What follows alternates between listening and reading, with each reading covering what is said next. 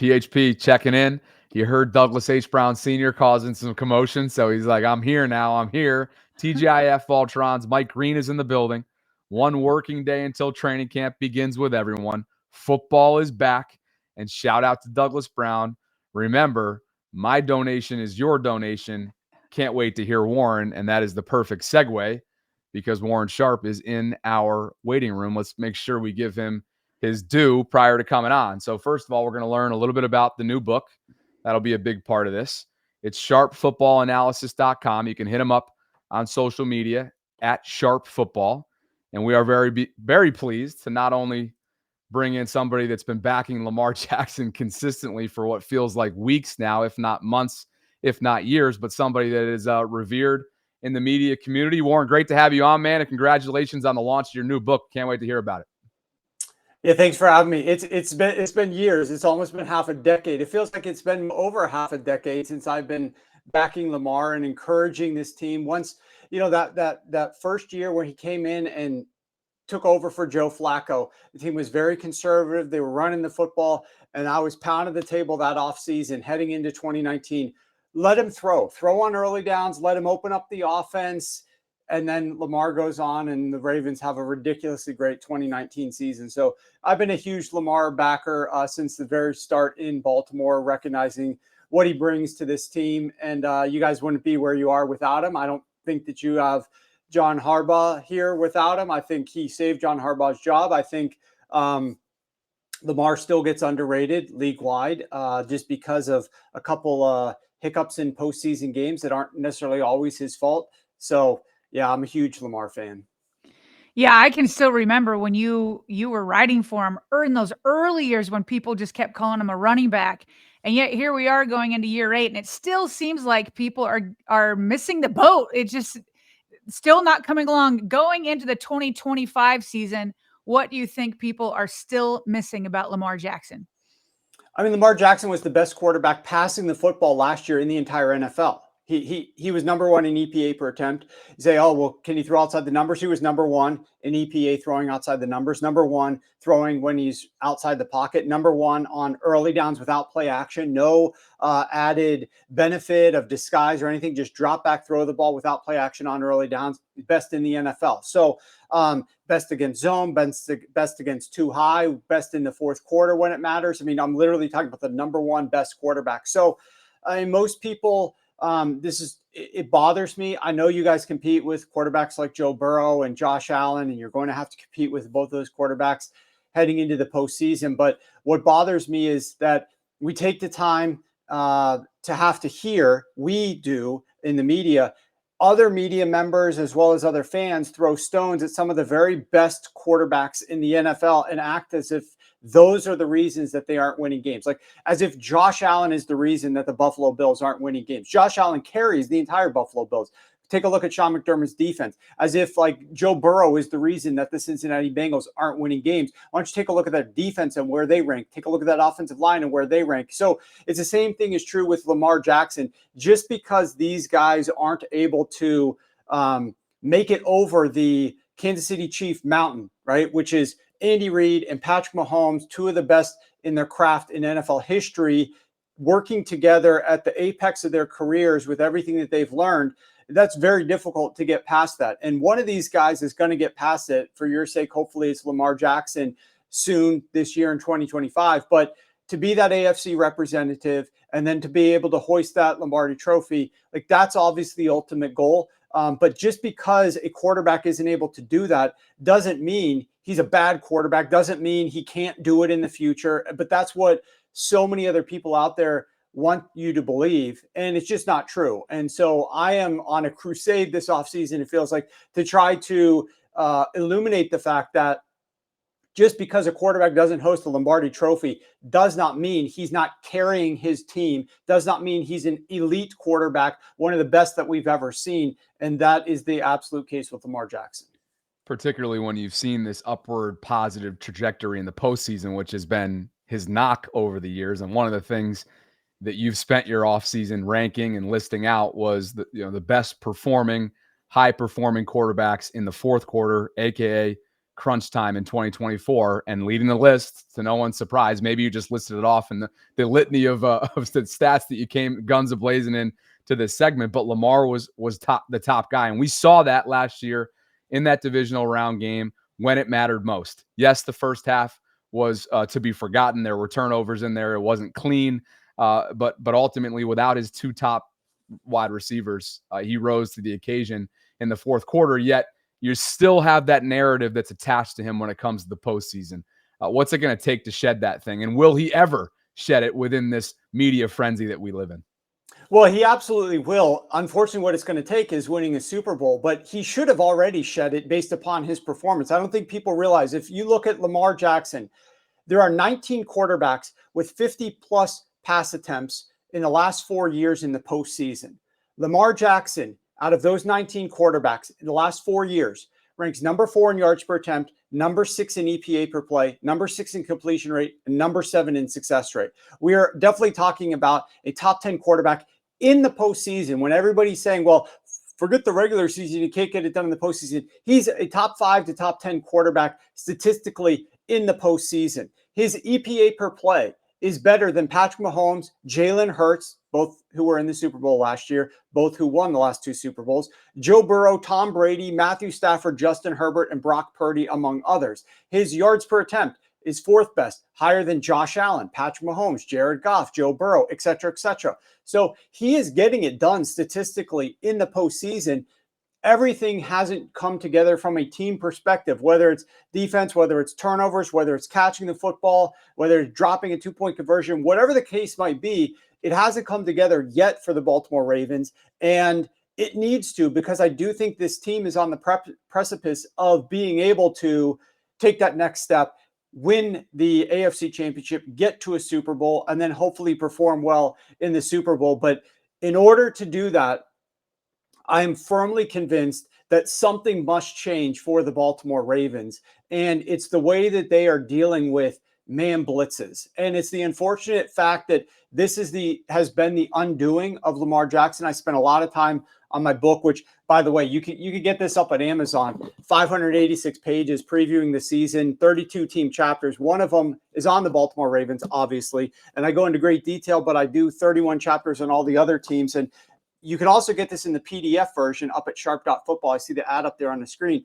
It's $29.99 over at sharp.football. But for your listeners right now, if you go to the website, type in sharp.football, it'll redirect you.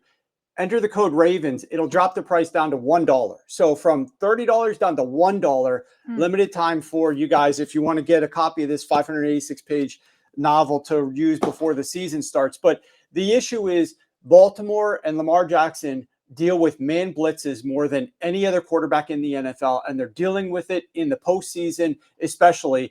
The Buffalo Bills saw how much this impacted Lamar Jackson, so much to the point that they historically, over the course of the season, Buffalo used man blitzes on just 11.5% of early down dropbacks.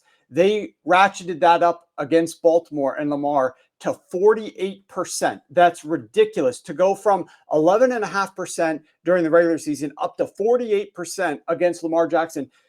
I have to give credit to Sean McDermott for realizing that they needed to do that. But if they didn't do that, the Baltimore Ravens are winning that playoff game. Baltimore is advancing against the Buffalo Bills. That was the only reason, was the inefficiency, because Lamar was definitely much more inefficient against those man blitzes, as he has been. But the problem is that no quarterback gets played with man, which seems counterintuitive, but to provide extra containment on Lamar, defenses play the Baltimore Ravens with man coverage more than most, and specifically in the postseason, Lamar has been dealing with man coverage at ridiculously high rates. He's been facing man coverage on 50% of his dropbacks. The NFL average is 27%. And put that into context, Josh Allen faces man coverage just 17% of the time. Lamar Jackson is up at 50%. Now, if Lamar Jackson faces zone, the times that they don't play man, Lamar is the best quarterback in the NFL. Number 1 in EPA, number 1 in success, number 1 in yards per attempt against zone. But he struggles a lot more against man. When teams blitz him, which they do a lot to try to pressure him, they've seen the success from the Pittsburgh Steelers, he struggles in that regard. But when he's not blitzed, number one in EPA, number one in success, number one in yards per attempt. So he's the best quarterback in the NFL when he's not blitzed, but teams blitz him at the number one highest rate. 53% of his dropbacks, he is blitzed. The NFL average is 26%. To put that into context, another quarterback in the division, Joe Burrow, gets blitzed 15% of the time. 15. Lamar is up at 53%. And so what the Ravens need to realize, based upon what the Buffalo Bills did last year in the postseason, is that teams are going to come out here and adjust and throw out their entire strategy and play a different way against Lamar Jackson moving forward. They're going to utilize more man blitzes. And Baltimore has not shown an ability to overcome that. When they get faced with man blitzes, they have struggled. They have to work on it this offseason. It has to be pretty much priority number one for them if they want to get to the Super Bowl this year and win it, is to figure out how to deal with man blitzes. Because I can assure you, even teams that traditionally play zone and don't blitz, like the Buffalo Bills, if they're willing to make alterations, then there are going to be a lot of smart defensive coordinators that are continue to do that. And look who Baltimore plays week one of the 2025 season, those same Buffalo Bills. So they're going to get tested right away with a bunch of man blitzes, and they're going to have to figure out a way to beat them. Warren, can we take a quick pause there? Because a lot of folks are asking about the book deal that you just offered. That, by the way, that was just an insane amount of information that we're going to dissect here in a second. But I want to pin a comment, sharp.football, you said. I have that link right here. So I'm going to pin a comment when you just remind us what that deal is that you're offering to our subscribers here. Yeah, you can get the PDF copy at Sharp. Go to sharp.football, and it's $29.99. If you enter the code Ravens, it'll drop it down to $1. And you're not going to find better bang for your buck than using the Ravens code on sharp.football to get 586 pages. And I spend months on this book, as I'm sure you can tell, to write 586 pages. But every single page is full of visualizations and a lot of written analysis. It's full color, and it's going to be easily adjustable by you guys. But it's going to get you ready for the season. Whether you want to use it for fantasy, just learn more about the teams, use it for sports betting, whatever the case might be, there's nuggets of information here on all 32 teams that are really going to put you ahead of the rest of the crowd that doesn't have the book.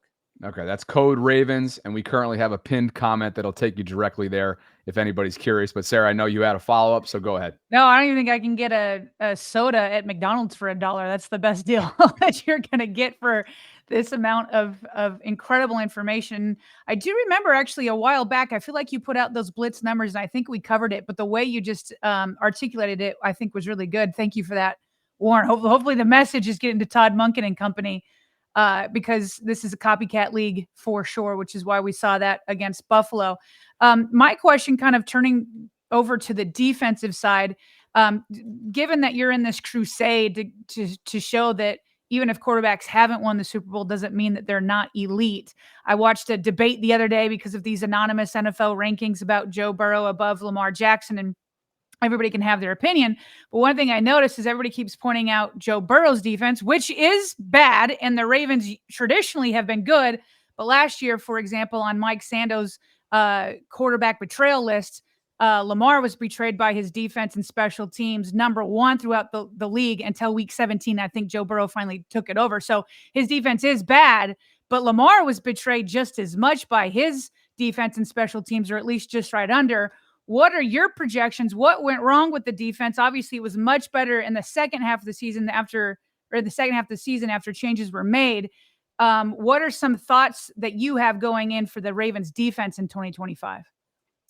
Well, I think that they are talented, and they've made some decent offseason additions, and I think that they should have success this year. But the problem is they cannot just replicate their performance last year, because the strength of schedule that they're going to be going up against in 2025 of the opposing offenses is going to be much more difficult. I ranked them in the book, and last year, statistically, the Baltimore Ravens played the 26th most difficult schedule of offenses last season. This year, I am projecting them to play the 14th most difficult schedule. So a massive leap. It's the fourth most difficult leap in schedule from last year to this year. So that's going to put more pressure on this defense to have more success to get the opposing offense off the field more frequently. I mean, they're playing the NFC North. Last year, you guys played the NFC East. That was a down year, aside from what the Philadelphia Eagles brought to the table for most of that division. You also got to play like the Houston Texans mixed in there. Now you're out of division games against other first place teams. You got the Chiefs and the Rams, and I am super high on the LA Rams this upcoming season. I think they're going to be really good. The NFC North is tough, and then the AFC East is better than it was last year, in my opinion, with some of the changes that were made in the offseason for a couple of these teams. In the Jets, I think it was more of a lateral move. I'm not that big on the coaching staff that was replaced. I do think Aaron Rodgers is better than Justin Fields, but I think in general, that's a more of a lateral move. So it's going to be a challenge for you guys this season. And the defense has to hold up their end of the bargain. I do have a little bit of concern that they will. You also have to account for special teams and what you're going to get out of that, because you now have a new kicker. And some of these kickers, we know that Justin Tucker did not perform well last season, and obviously he's no longer with the team. Young kickers, inexperienced kickers, like how quickly can they settle in and just have that level of confidence? When Justin Tucker was first with the Ravens early on in his career, he was called automatic. I mean, he was out there and just nailing field goals, ice water in his veins, and couldn't miss. You now have a young guy who's got a talented leg, who can kick far, but will he be consistent enough when the time comes? And that's one of the biggest issues that I have for you guys this season. And I write about this in my book, is you have been so bad. I don't know if like this stands out for you watching these games or not. You have been horrible in close games. The track record shows you guys have been mind-bogglingly terrible in close games. If I look back since 2020, so the last 5 years, the Baltimore Ravens are 23 wins and 24 losses in one-score games. That is 18th in win percentage across the rest of the NFL, 0.489, below 50%. The Pittsburgh Steelers, who are in your very same division, they are 37-15. They have won 71% of games decided by one score. That's the second best win rate in the NFL. The top two teams, other than the Steelers, are the Kansas City Chiefs and the Philadelphia Eagles. The Kansas City Chiefs are 37-12 in one-score games. The Eagles are 28-15 in one-score games. Both teams are winning close to, if not more, twice as often as they are losing in one-score games. You guys are losing more often than you win in one-score games. And the problem for me is, not only is that costing you playoff seeding and home field advantage and things of that nature when you're dropping games like you might do during the course of the season, which who doesn't remember when you dropped the game against the Gardner Minshew-led Raiders in week 2? Who doesn't remember last year when you dropped the game against the Cleveland Browns last season? Jameis Winston led Cleveland Browns. Jameis Winston led Cleveland Browns. So these are games that you've got to win, but it also creates, when you're winning those close games during the season, and it becomes a habit to like, we can crank out these close wins, we are clutch in these moments. That is what, in my opinion, gives confidence to the postseason, which games are going to be close, to allow you to win those games. And look no further than the Kansas City Chiefs. In the playoff games over the last 5 years, this team is 9-1 in games decided by one score. They are winning 90% of their playoff games that are decided by one score. Playoff games are generally going to be close. If you're a team like the Chiefs, who is great during the regular season at winning these games, that parlays into postseason confidence, play calling, understanding what to go to late, and winning those games late. And so the Baltimore Ravens, absolutely, there's no excuse. This is such a good team. It's one of the best teams in the NFL. There is no excuse for teams like the Pittsburgh Steelers to be 37-15 in one-score games. And they're not as good as the Baltimore Ravens have been since 2020. Look at the quarterbacks that they've trotted out there compared to Lamar Jackson. There's no reason they should be 37-15, and you guys should be below 500 at 23-24. And if you're going to compete with the likes of the Chiefs and the Eagles, who are just in the Super Bowl, you have to figure out a way to win these close games. So in addition to my gripe and rant on the offense figuring out a better strategy. And that's on Todd Monken. That's on Todd Monken and John Harbaugh to figure out from a coaching perspective. We know Lamar is struggling when he's dealing with man blitzes. How can we as coaches figure out ways to counterpunch man blitzes when they're ultimately going to come? Yes, Lamar could be, all of a sudden he could be great. Like we wish he could. It's a coaching thing at this point since he's been struggling with that. And this also is a coaching and execution in one-score games. They got to figure out a way to get it done. These are the top two things, in my opinion, that absolutely must change in 2025 for this team to have success. Warren, can you repeat the time span that you had there for 23 and 24 in close games? How far that goes back? I think you said 2020. Since 2020, in games decided by one score, the Ravens are 23 wins and 24 losses. That ranks 18th in the NFL in terms of their win rate. Okay. Other teams like the Steelers are 37 and 15, the Eagles are 28 and 15, and the Chiefs are 37 and 12. And Warren, just to be clear, I think you said it at the end, but you attribute the horrible record in close games mostly to coaching? I think it's coaching and execution. It's collective effort. Like the numbers, I showed the stats earlier, or we discussed the stats earlier of what Lamar Jackson did in fourth quarters of games. In fourth quarters of games, he was number one in EPA per attempt last season. So it comes down to defense. It comes down to the run game. It comes down to play calling. It comes down to decision making. It might come down to field goal kicking. Whatever the case might be, it's a collective thing. Last year alone, I did have this in the book. Maybe you were referring to this. The Baltimore Ravens went 5-5 in games decided by one score. The prior year in 2023, they went 4-4 in games decided by one score. I don't know when the last time this team actually won more games than they lost when they were decided by one score, how many years back it went. But over the last 5 years, they have a losing record. And it's unconscionable for a team as good as this, with the quarterback as good as Lamar Jackson, to be below average or be 18th in the NFL in one-score games. It cannot happen. Can I clarify too? Is this a team stat since 2020 or a Lamar stat? No, this is a team stat. This is a team stat. Because the one thing that it makes me think about, and again, it's an absolutely real thing. I'm not pushing back on that at all. But between 21 and 22, we're talking about almost a full season that Lamar missed because of injuries. But how many one-score games were in there too, though? Right. That's what I'm wondering. That's what we would have to go back and look at. It's clearly a problem. But right. To me, you look at Lamar and the way that he's played the last 2 years. Obviously, he won the MVP in 2023. Should have been good enough to win the MVP in 2024. Obviously, maybe there was MVP fatigue and that sort of thing. But the team is 9 wins and 9 losses in one-score games. And it's something that breeds into the parlays into the postseason, and they just got to figure out how to get better in these one-score games. And so it's a frustration. I'm not a Ravens fan. I am a fan of all teams. Like I analyze the game, but I can only imagine, like, as Ravens backers, you guys may not have known these numbers because you look at your team and what were you 12-5 last year and 13-4 the year before that and 10-7 the year before that. And you're always in the playoffs and you're always doing good things, it seems.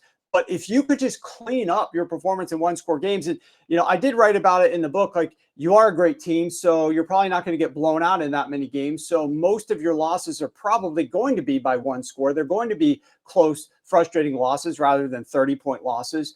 However, you look at a team like the Chiefs, who's just as good and wins just as many games, or like the Eagles, who's just as good and wins just as many games. They're crushing their results in one-score games. So you guys absolutely can clean this up. You haven't been able to do it. It needs to be an emphasis, and you guys need to get it done this year. It will help your playoff seeding, and your schedule is tough, right? Like you play some of the top teams. You play them on the road. You're in Buffalo. You're in Kansas City. You have a game in Baltimore. You host the LA Rams. Like, your schedule isn't necessarily easy this year. Where do I have you? Above average difficulty and overall strength of schedule. You need to do better in these one-score games. That might allow you to host the big games in the postseason, which, as you guys know, you went up to Buffalo only as a result of one loss that you had, a Gardner Minshew loss, the Cleveland Browns loss. One of those losses caused you to travel to Buffalo in the postseason and lose that game, whereas you could have been hosting it if you just take care of business against Gardner Minshew at home in week 2. So you got to get better in these close games. It's a good segue. This is the last one for me. We know we're tight on time for you, Warren. You got to get going and whatnot. But a lot of the reason for that too was 10 or 11 weeks of just woeful defense on the back end. So you lose Eddie Jackson in season. You let Marcus Williams walk. Brandon Stevens walks as well in free agency, gets a nice deal in New York. And now in comes a rookie in Malachi Starks at the safety position. In comes Jair Alexander. Not a splash based on the monetary side of things, but a splash in terms of the name. You draft a ton of players. You got a promising player in TJ Tampa potentially coming in for year 2. Cheeto Awuzie is sort of a nice insurance piece there. We thought he was going to be the Brandon Stevens replacement, but then Jair comes in, and so we know that bumps him out. But I guess what I'm asking you is, what are your expectations for the secondary that really was the be-all, end-all for why seeding was totally screwed up through the first almost half of the season last year, more than half? Yeah, the biggest issue to me when you have all these new parts in the secondary is those big plays. Modern NFL reduces explosive plays. It just does. The way that defenses play with the 2 high shells, and several years ago and previously to that, 26% of all touchdowns were scored from outside of the red zone. Over the last couple of years, it's declined to just 21%. Teams are having to drive the ball. Drives have more plays. Drives have more first downs. Drives gain more yards before they score touchdowns because the way the defenses are playing. And the Baltimore Ravens last year, your secondary ranked 22nd in explosive pass defense. Over the course of the entire season, I can only imagine if we took a subset of that earlier on, it might have been even worse than that. You cannot afford to allow teams to gain chunk plays on your secondary, and that's where the lack of potential communication comes into play. New people playing in different roles, unfamiliar with one another. They've got to drill it down and get it ready in the preseason so that it doesn't become an issue during the course of the season. I already mentioned the difficult schedule that you guys are going to be dealing with, but 3 of your first 4 games, you're going up against 3 of the 4 best offenses in the NFL: Josh Allen, Patrick Mahomes, and Jared Goff of the Detroit Lions. So those are going to be very difficult opponents. They're going to be opponents that are fully capable of passing the football on that secondary, and you simply cannot afford to give up those game-changing, field-changing plays through the air. And that's one fear, certainly, for 2025. Hey, do you mind if we do a couple quick hitter super chats that have come in for you before we get you out of here? Sure. Cool. I'll read them quickly for you. Park Heights Prophet says, assuming better offensive line play from interior line, could L. Sarah, where is he going here? Assuming better offensive line play from Wester. I think he's talking about rookie wide receiver along with Zay and Keaton. He's talking about speed. Sorry. Assuming the better offensive line play from interior line, could LeJohntay Wester along with Zay or even Keaton out of the backfield use speed to create a horizontal mismatch against these man schemes? Absolutely. Look, Todd Monken is a really solid offensive mind, and I have a lot of confidence. I just don't think that they have been prepared enough with an answer to deal with it. And so leveraging the defense, using more pre-snap motion, trying to get some disguises in there, anything is going to help. And I agree, speed absolutely can kill man coverage, and getting the ball out of Lamar Jackson's.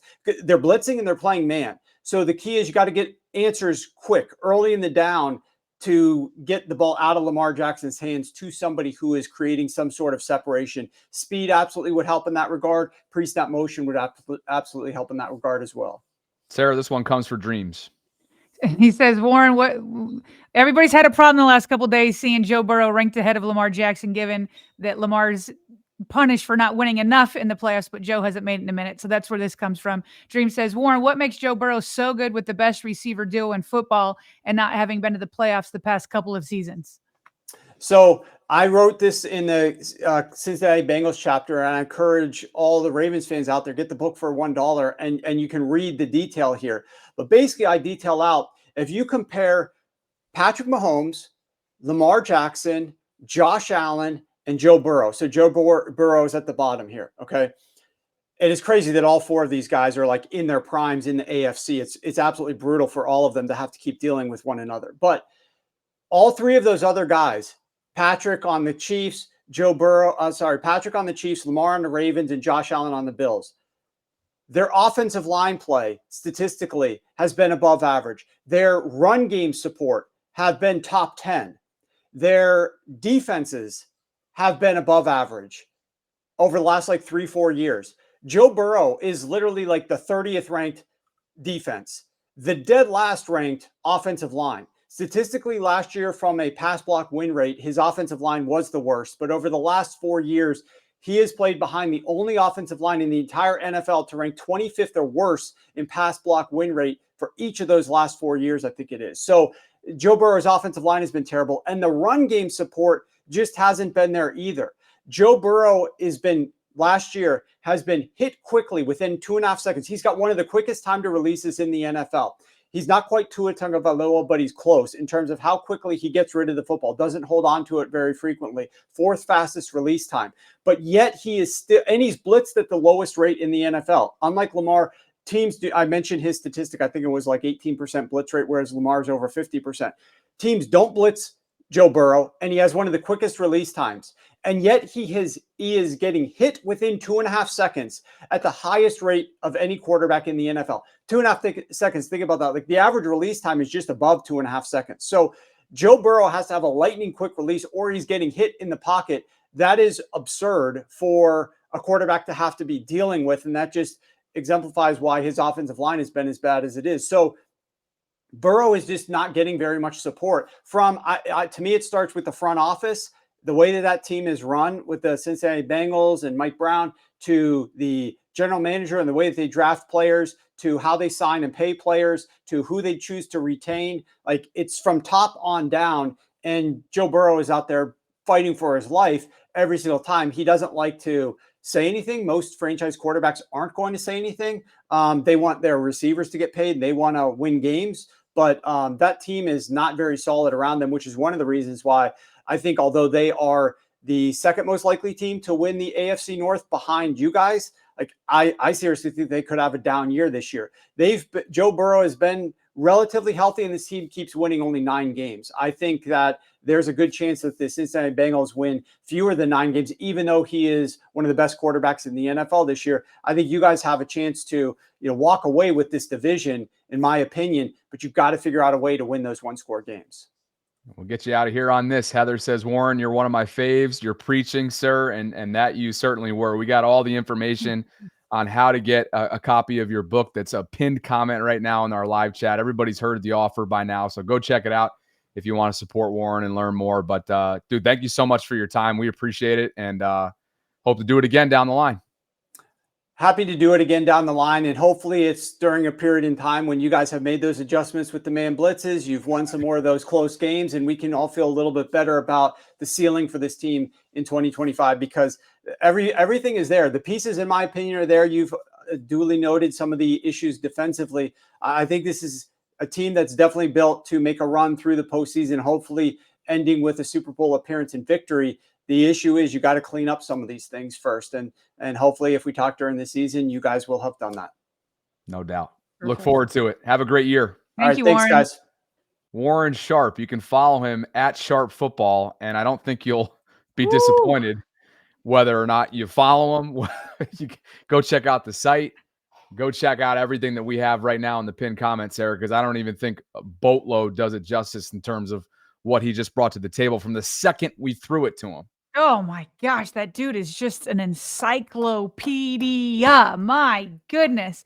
Here's the thing. Obviously, he hit hard against the two things the Ravens need to fix, which is man blitzes in general, but more specifically man blitzes, because Lamar is blitzed the most out of anybody. They're trying to, and why wouldn't you? You want the ball out of Lamar's hands, right? So it's like somebody else beat us than Lamar. And so that's kind of the idea. Quickly get it out of Lamar's hands. And Lamar likes to hold on to the ball and kind of like make some magic, some late throws, all that kind of stuff. So it's going to be a team effort on that. So obviously he was hitting home the man blitz and he was hitting home the 1-win games. But here's what may have flew under the radar. Remember earlier he was talking about that statistically Lamar Jackson is a top 5 to 10 quarterback in the postseason. And on top of it, which you hit on, which is that Lamar Jackson is one of the best in the fourth quarter. So and tell me this. The best last year. And the best last year. So this is what national pundits are going to have to deal with, who keep blaming Lamar. How can you blame Lamar if the Ravens' Achilles heel is losing 1-score games, and yet Lamar is, at least last year, number 1 in the fourth quarter, and beyond last year in the top rankings in the fourth quarter. Losing 1-score games, and not Lamar, the folks above him not having an answer for man Well, blitz. and I did clarify on that because I did hear him say coaching, and so I said, just to be clear, you think that this 1-score stuff is coaching? He said it's coaching, but it's also execution outside of Lamar, which, obviously the biggest ones in front of our face is Mark Andrews and Zay Flowers the year before. Yeah. The follow-ups that we asked were so on par, right? Like I knew where you were going. I think you probably knew where I was going with the fourth quarter question and the postseason and whatnot. And there is an onslaught right now and a run going on in the chat. So let's wrap up the Warren stuff. What a fantastic guest. You love when you don't necessarily have to track folks down. Obviously, he's promoting his book. You guys understand that. And that's just kind of how this world works. They reached out to us, and that was one of the best, most informative, I think, interviews we've ever been a part of. So thank you to Warren. As always, guys, it goes a long way if you will thank them yourselves. If you can hop on to social media, and in this case, Twitter, where he is the most active, and tweet a thank you at him. It's at Sharp Football. We would appreciate it very much because, again, that was 30 minutes of his time, and I'll go ahead and drop his Twitter into the show notes below, or I should say in the live chat, where we also have that pinned comment if you want to pick up that offer. I had no idea he was coming in here with an offer for $1. Yeah, I had no clue. So go check that out. Be sure to use code Ravens in order to redeem it and redeem that offer and cash in. So special thanks